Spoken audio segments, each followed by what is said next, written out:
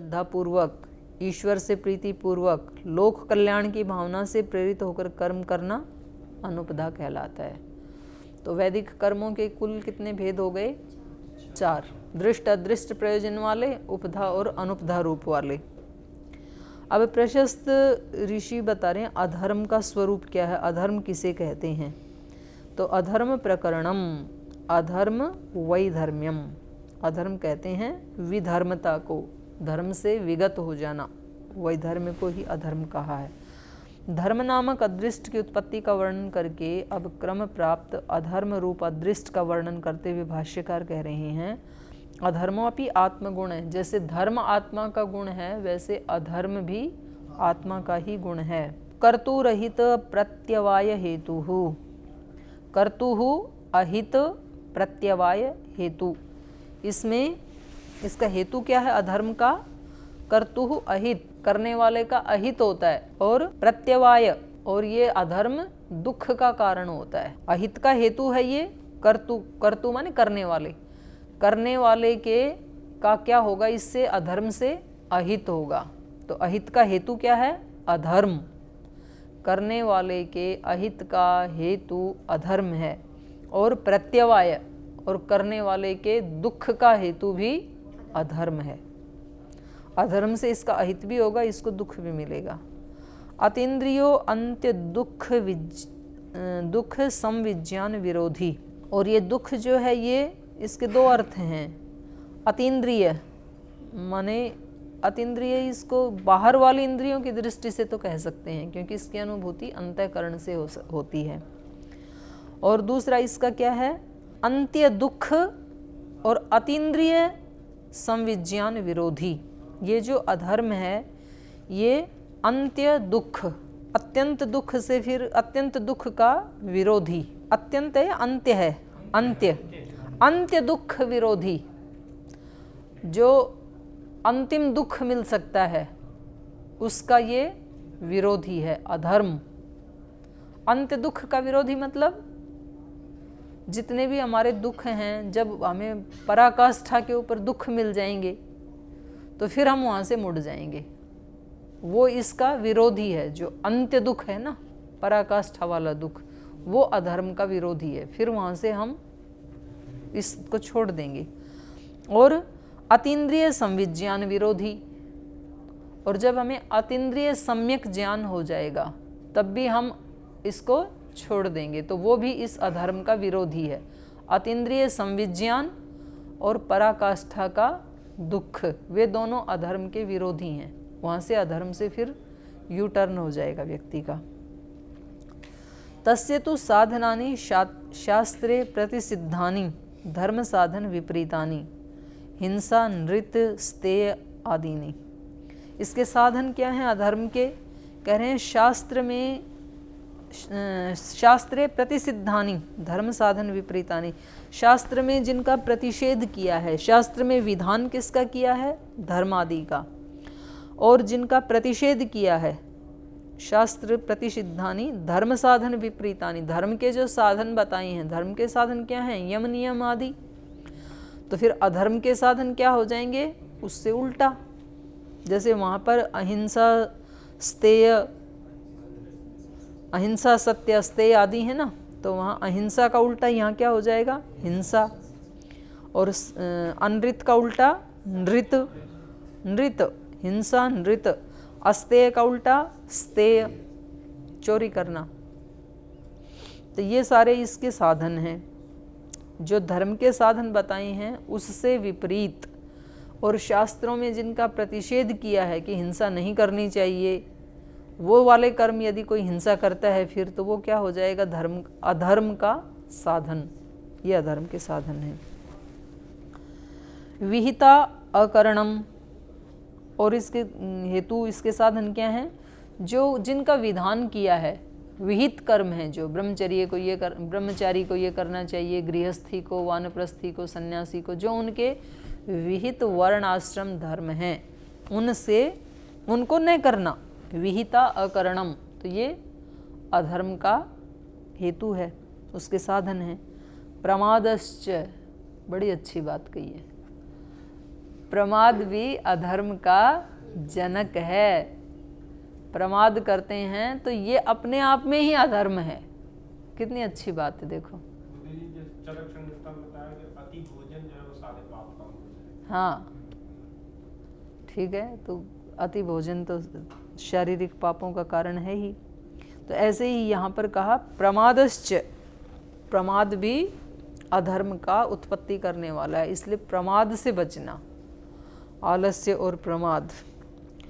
एतानि दुष्टाभिसंधिः दुष्टाभिसंधिं च अपेक्ष आत्ममनसो संयोगात अधर्मस्य उत्पत्ति। तो ऊपर जो बताए हैं ये, और एक और बताया दुष्टाभिसंधिं च अपेक्ष, दुष्टों के साथ अभिसंधि को की अपेक्षा करके। शुरू शुरू में ना दुष्ट लोगों की मित्रता बहुत अच्छी लगती है, क्योंकि दुष्ट कौन होते हैं?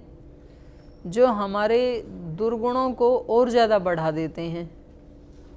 किसी व्यक्ति में पहले से ही आलस्य है और उसको दूसरा साथी भी ऐसा मिल जाए जो महा आलसी है, तो बोलेंगे अगर क्या वहाँ जाके क्या करेंगे योग भवन में।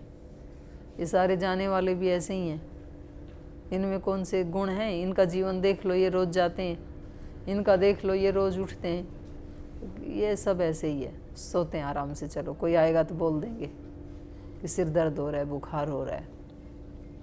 तो ये क्या हो गया? दुष्ट के साथ अभिसंधि हो गई।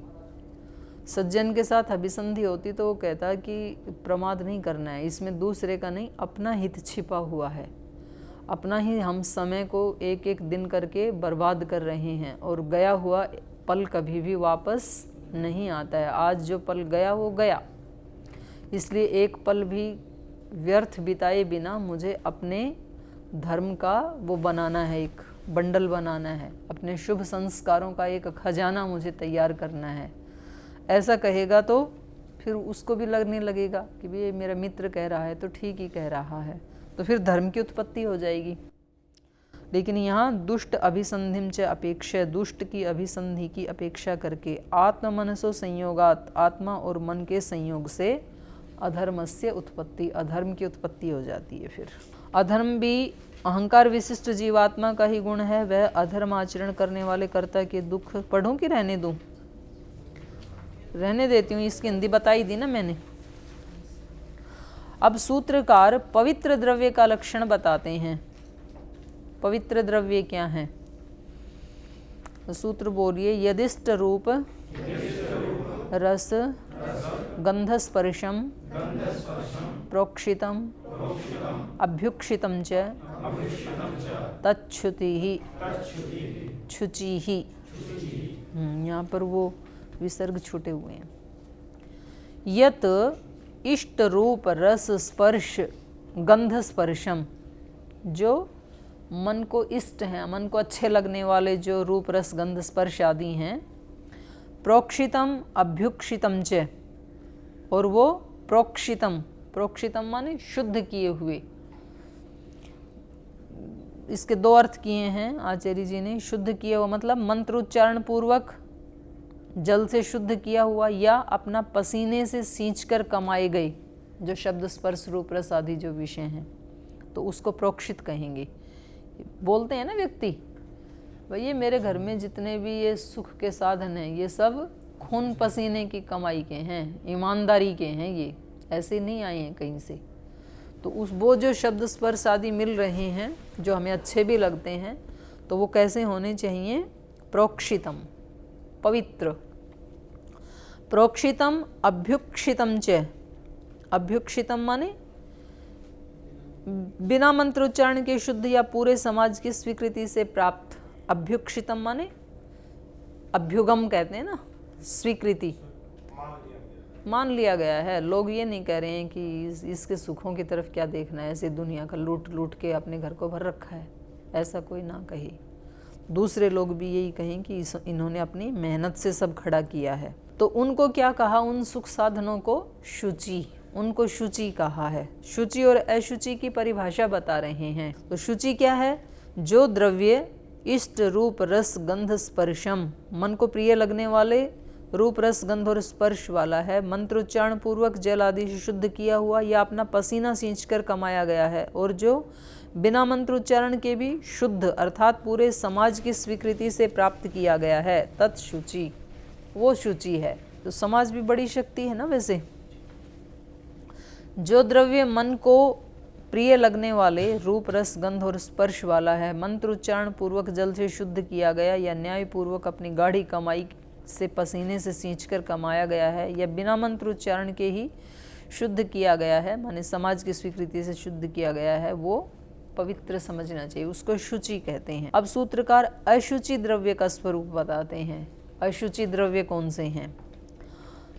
अशुचि इति शुचि प्रतिषेधः, शुचि का प्रतिषेध ही अशुचि है। ऊपर जो बताए उससे विपरीत जो हैं वो अशुचि हैं, माने जो अभिष्ट तो हैं रूप रस आदि, लेकिन जो अपनी खून पसीने की कमाई से उपलब्ध नहीं किए गए हैं, ऐसी किसी का लूट के इकट्ठे किए गए हैं, तो वो सारे अशुचि हैं। भले ही बाहर से देखने में वो कितने भी सुंदर क्यों ना हो, कितने भी कीमती क्यों ना हो, लेकिन वो अशुचि हैं, अपवित्र हैं वो। और वैसे ही प्रोक्षण और अनभ्युक्षितम, अप्रोक्षणम, जो पवित्र नहीं है, जो द्रव्य और जिनके लिए समाज स्वीकृति नहीं देता है, तो वो सारे अशुचि में गिने जाएंगे। ये भी बहुत मतलब देखने की चीज़ है। जो हमारी अपनी मेहनत से नहीं मिला तो वो फिर हमारे लिए शुचि नहीं हो सकता है। मतलब शुचि इस रूप में कि फिर वो हमारा कल्याण नहीं कर पाएगा, वो हमारे को पवित्र नहीं कर पाएगा। शुचि तो पवित्र होता है ना। जैसे मान लो हम शास्त्र पढ़ रहे हैं, तो ये तो ऋषियों का ज्ञान है, उन्होंने मेहनत करके हमें दे दिया, हमने उसको सुन करके यदि वैसा प्रयास नहीं किया तो ये हमारा ज्ञान तो है, पर हमारे लिए ये शुचि नहीं हो पाएगा। दूसरे के लिए तो शुचि हो सकता है दूसरा उसको सुन के वैसा आचरण कर ले, पर हमारे लिए ये पूरा शुचि कब हो पाएगा? जब हम उसको सुन के वैसा ही प्रयास करें, और प्रयास करते करते फिर वैसे ही बन जाएं, तो फिर इसको शुचि माना जाएगा। नहीं तो दूसरे की कमाई है, इसको अपना मानना और फिर उस पर घमंड करना, मेरे को इतने दर्शन याद हैं, मैंने इतना पढ़ लिया, मैंने इतना पढ़ा दिया, तो फिर वो अशुचि पैदा करेगा ना, अंदर अहंकार को पैदा करेगा, घमंड को पैदा करेगा। अब सूत्रकार अशुचि के अन्य रूप भी बताते हैं। एक तो शुचि का उल्टा अशुचि, और अर्थांतरम च, कह रहे हैं यहाँ अन्य अर्थ भी अशुचि माने जाते हैं। इसके अलावा भी अशुचि का अर्थ केवल शुचि का अभाव नहीं, बल्कि इससे भिन्न भी, जिसका रूप रस गंध स्पर्श तो अविकृत है, वैसे तो अच्छे हैं, लेकिन तिरस्कार, अपमान और अन्याय आदि भाव दोषों से युक्त है, तो उसे भी अशुचि ही समझना चाहिए। ऐसा भोजन आदि के उपभोक्ता को अभ्युदय और संतोष प्रदान करने वाला नहीं होता। भोजन आदि का मतलब है सभी द्रव्य जो भी हम उपभोग में लाते हैं, केवल भोजन आदि ही नहीं, जितने भी द्रव्य हम उपभोग में लाते हैं वो सब उस उपभोक्ता को अभ्युदय प्रदान नहीं करेगा और संतोष प्रदान नहीं करेगा, यदि वो शुचि नहीं है तो। अब करें ऐसी कौन सी अन्य स्थितियां हैं जब शुचि उपभोग से भी अभ्युदय नहीं होता? माने बाहर से देखने में जो हम उपभोग कर रहे हैं वो हमें शुचि ही लगते हैं, पवित्र ही लगते हैं, लेकिन फिर भी वो हमें अभ्युदय की प्राप्ति नहीं करवाते हैं। तो ऐसी कौन कौन सी स्थितियां हैं? सूत्र बोलिए। अयतस्य शुचि भोजनात् अभ्युदयो न विद्यते, नियमाभावात् विद्यते वा अर्थांतरत्वात् यमस्य। अयतस्य, अयतस्य का अर्थ आचार्य जी ने किया है यम आदि न करने वाले व्यक्ति का, और इसका दूसरा अर्थ ये भी हो सकता है अयतस्य माने प्रयत्न न करने वाला, पुरुषार्थ न करने वाला। ये तो दिया ही है इन्होंने। अयतस्य माने यत्न करने वाला जो नहीं है, जो पुरुषार्थी नहीं है, मेहनत करने वाला नहीं है। तो उसको शुचि भोजनात् अभ्युदयो न विद्यते, चाहे उसको कितने भी अच्छे इसमें संस्थान में रहने को, कमरे में रहने को मिल गया, भोजन भी ऑर्गेनिक मिल रहा है, अपने घर खेत में उत्पन्न किया हुआ मिल रहा है, दूध भी गाय का मिल रहा है, बैठने के लिए स्थान भी योग भवन में अच्छा साफ सुथरा मिल रहा है, सारे साधन तो कैसे हैं, अच्छे अच्छे हैं, शुचि शुचि हैं। लेकिन ये शुचि शुचि होते हुए भी ये साधन हमें अभ्युदय की प्राप्ति नहीं करवा पाएंगे यदि हमने पुरुषार्थ नहीं किया। तो हमारा अपना पुरुषार्थ भी तो होना चाहिए ना, तभी तो ये सारे साधन उसमें हमारी शोभा को बढ़ाएंगे। बड़ा अच्छा शब्द है ये, अयतस्य, अयतस्य शुचि भोजनात् अभ्युदयो न विद्यते। और क्योंकि आगे नियम का जिक्र किया है इसलिए यहाँ अयतस्य का अर्थ यम से रहित, ऐसे भी आचार्य जी ने इसका किया है कि यमों का पालन न करने वाला, माने सारी चीज़ें ठीक हैं लेकिन अहिंसा आदि का पालन हम नहीं करते हैं, अहिंसा सत्यास्ते ब्रह्मचर्य आदि का पालन हम नहीं करते हैं, तो फिर वो अभ्युदय की प्राप्ति नहीं करवाएगा, शुचि भोजन होते हुए भी, श्रेष्ठ भोजन होते हुए भी।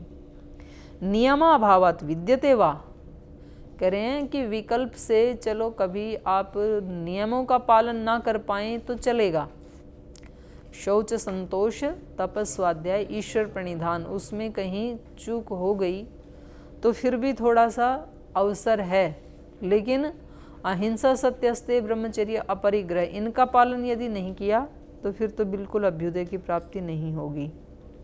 नियमाभावात् विद्यते वा अर्थांतरत्वात् यमस्य, क्योंकि वो यम से भिन्न होने के कारण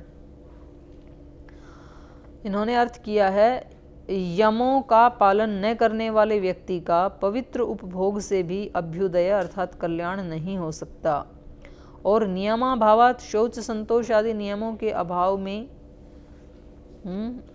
अभाव से माने यमों के केवल यमों का आचरण दृढ़ता पूर्वक करे तो कल्याण हो सकता है, होता है, अभ्युदय होता है। यमस्य, यमों के अर्थांतरत्वात् भिन्न पदार्थ, यमों से भिन्न नियमों के उत्कृष्ट होने से, यम जो है वो नियमों से भी उत्कृष्ट हैं। तो केवल जो व्यक्ति यमों का पालन करता है ना, अहिंसा सत्यस्ते ब्रह्मचर्य अपरिग्रह, तो भी उसको अभ्युदय की सिद्धि हो जाएगी।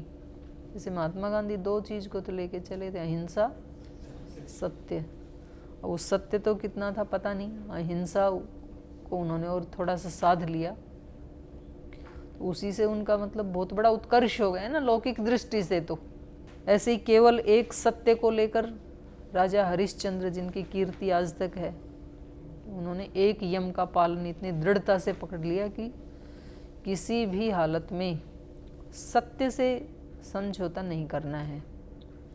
तो एक चीज़ को भी व्यक्ति लेके चलता है तो उसकी आत्मा में इतना बल आ जाता है कि फिर वो पूरे समाज से लड़ जाता है। बहुत हैं, आज वर्तमान में भी लोग मिलेंगे आपको, उस व्यक्ति में इतना आत्मिक बल है कि वो सारे समाज से लड़ने के लिए तैयार है।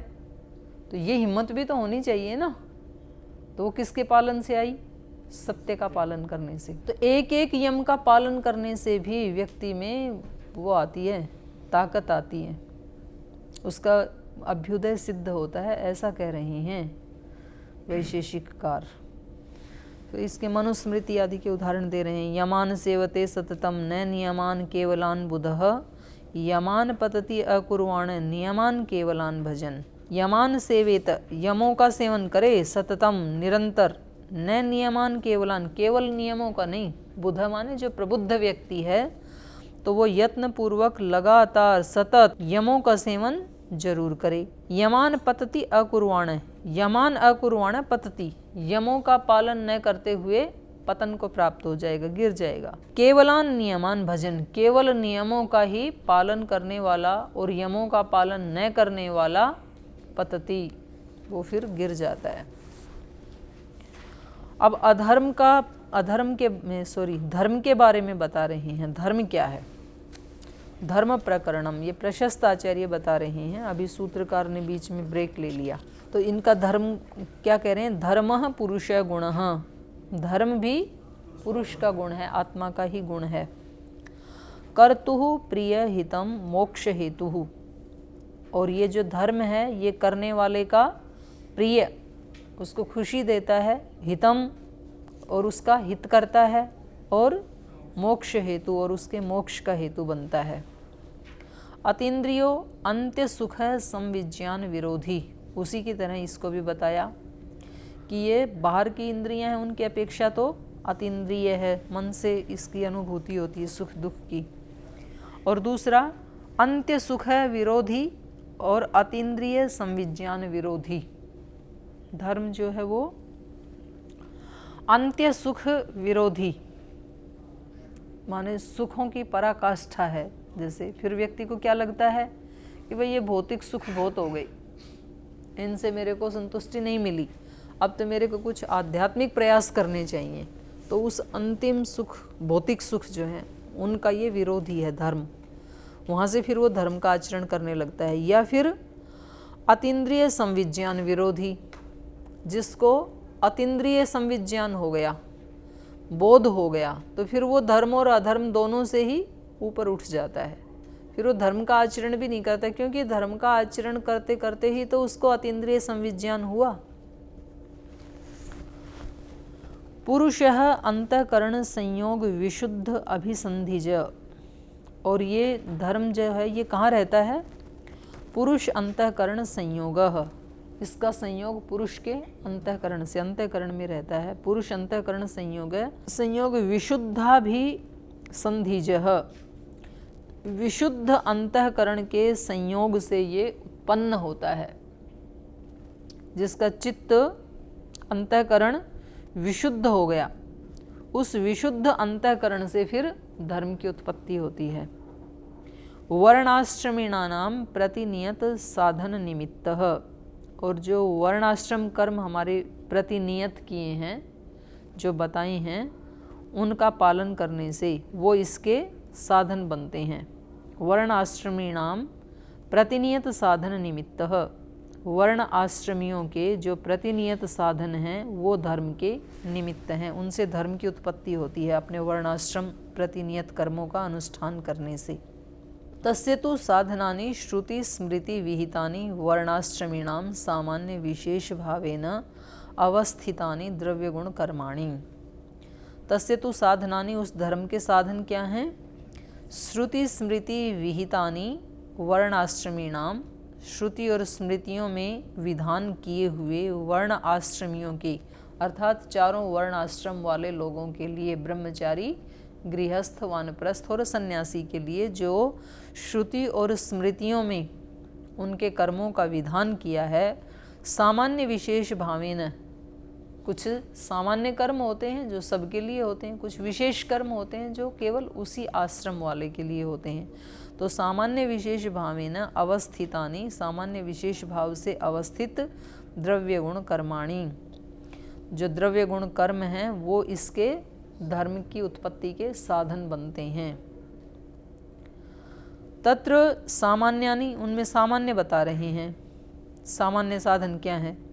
तत्र सामान्यानि धर्मे, धर्म में सामान्य साधन हैं श्रद्धा, अहिंसा, भूतहितत्वम, सत्यवचनम, अस्तेयम, ब्रह्मचर्यम, अनुपधा, क्रोधवर्जनम, अभिसेचनम, शुचिद्रव्य सेवनम, विशिष्ट देवता भक्ति, उपवास, अप्रमादश्च, अप्रमाद को यहाँ भी कह दिया। तो ये सारे क्या हैं? धर्म के सामान्य साधन हैं ये। तत्र सामान्यानि धर्मे, धर्म में सामान्य रूप से इन सब का पालन करें तो धर्म की उत्पत्ति होती है।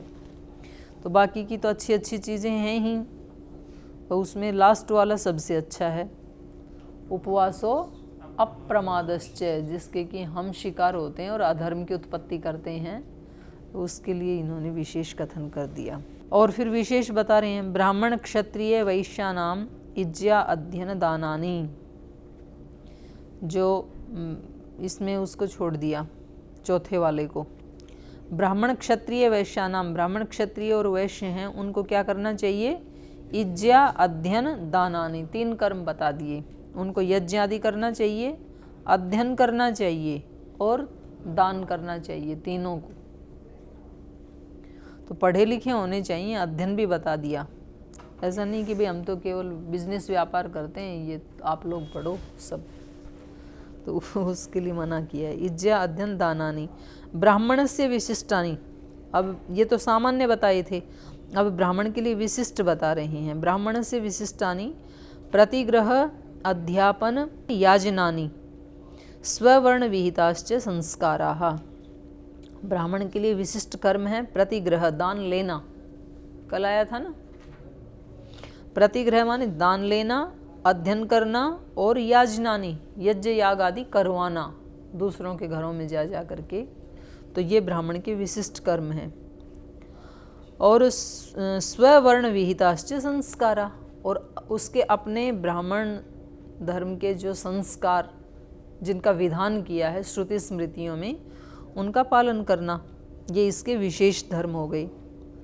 क्षत्रिय के क्षत्रियस्य सम्यक प्रजापालनम और असाधु निग्रह युद्धेषु अनिवर्तनम स्वकीयाश्च संस्कारा। क्षत्रिय के लिए उसके विशिष्ट पालन करने योग्य क्या हैं? प्रजा का पालन करना, और असाधु निग्रहो, जो असाधु लोग हैं उनका ऊपर निग्रह करना, दुष्टों का संहार करना, ये भी क्षत्रिय का काम है। असाधु निग्रहो युद्धेषु अनिवर्तनम, युद्ध में भागना नहीं। इसलिए भगवान कृष्ण ने अर्जुन को पकड़ के रखा, रोक के रखा, कहाँ भाग रहे हो आप, क्षत्रिय हो। तो ये चारों वर्णाश्रम हमारे अंदर ही हैं, एक ही व्यक्ति के अंदर हैं। आप में से भी कभी कभी कोई भागने लगते हैं, नहीं जी ये नहीं हो पाएगा।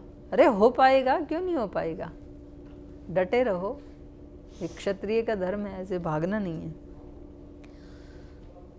तो ये युद्धेषु अनिवर्तनम, जब युद्ध दो प्रकार के हैं ना, बाहर के और आंतरिक। बाहर वाले में भी भाग लेते हैं जब होने लगता है ना, और आंतरिक में भी भाग लेते हैं कि नहीं जी ये नहीं हो पाएगा, घुटने टिका देते हैं। तो कह रहे नहीं, क्षत्रिय को दोनों ही युद्धों से भागना नहीं है, लड़ना है और अभी समाप्त करना है उसको। स्व की याश्च संस्कारा, और अपने जो क्षत्रिय के संस्कार हैं उनको बढ़ाना, ये उसका विशेष कर्म है। वैश्यस्य क्रय विक्रय कृषि पशुपालनानि स्वकीयश्च संस्काराः। वैश्य के विशेष धर्म है क्रय विक्रय करना, कृषि करना, पशुपालन आदि करना, और जो उसके वर्णाश्रित धर्म के संस्कार हैं उनका पालन करना। शूद्रस्य पूर्व वर्ण पारतंत्र्यम और अमंत्रिकाश्च क्रियाः। और शूद्र माने ऐसी स्थिति है कि बहुत पुरुषार्थ करके भी ये तीनों ऊपर वाले काम नहीं हो पा रहे हैं, तो फिर क्या करना? पूर्व वर्ण पारतंत्र्यम, जो ऊपर के तीन वर्ण हैं उनके निर्देशन में। यहाँ पारतंत्रम का मतलब है जैसा वो कहें वैसा वैसा करता जाए। एक तो होता है कि व्यक्ति की खुद की ही बुद्धि इतनी तीव्र है कि वो निर्णय ले सकती है कि मैं इस समय मुझे ये करना चाहिए, ये नहीं करना चाहिए। पर ऐसी यदि किसी की सामर्थ्य नहीं है, ऐसा होता है ना लोक में भी, कई बार हम किसी विषय में निर्णय नहीं ले पाते हैं, तो फिर हम क्या करते हैं? अपने गुरुजनों के पास जाते हैं, अपने से बड़ों से पूछते हैं कि जी इस विषय में मैं निर्णय नहीं ले पा रहा हूँ, तो मैं क्या करूँ? तो उस ऐसी स्थिति में जैसे ऊपर वाले कहें, जैसे अपने बड़े कहें वैसा करना, तो ये चौथे वाले का काम है, शूद्र का काम है। शूद्र पूर्व वर्णानाम पारतंत्र, पूर्व तीनों वर्णों की निर्देशन में अमंत्रिकाश्च क्रिया, क्रिया तो ये भी जरूर करे भले ही इसको मंत्र आदि नहीं आते हैं। तो ये धर्म का प्रकरण चारों वर्णाश्रम वालों के लिए बता दिया। अब आगे कल बताएंगे ये। अभी समय हो गया, यहीं विराम देते हैं पाठ को।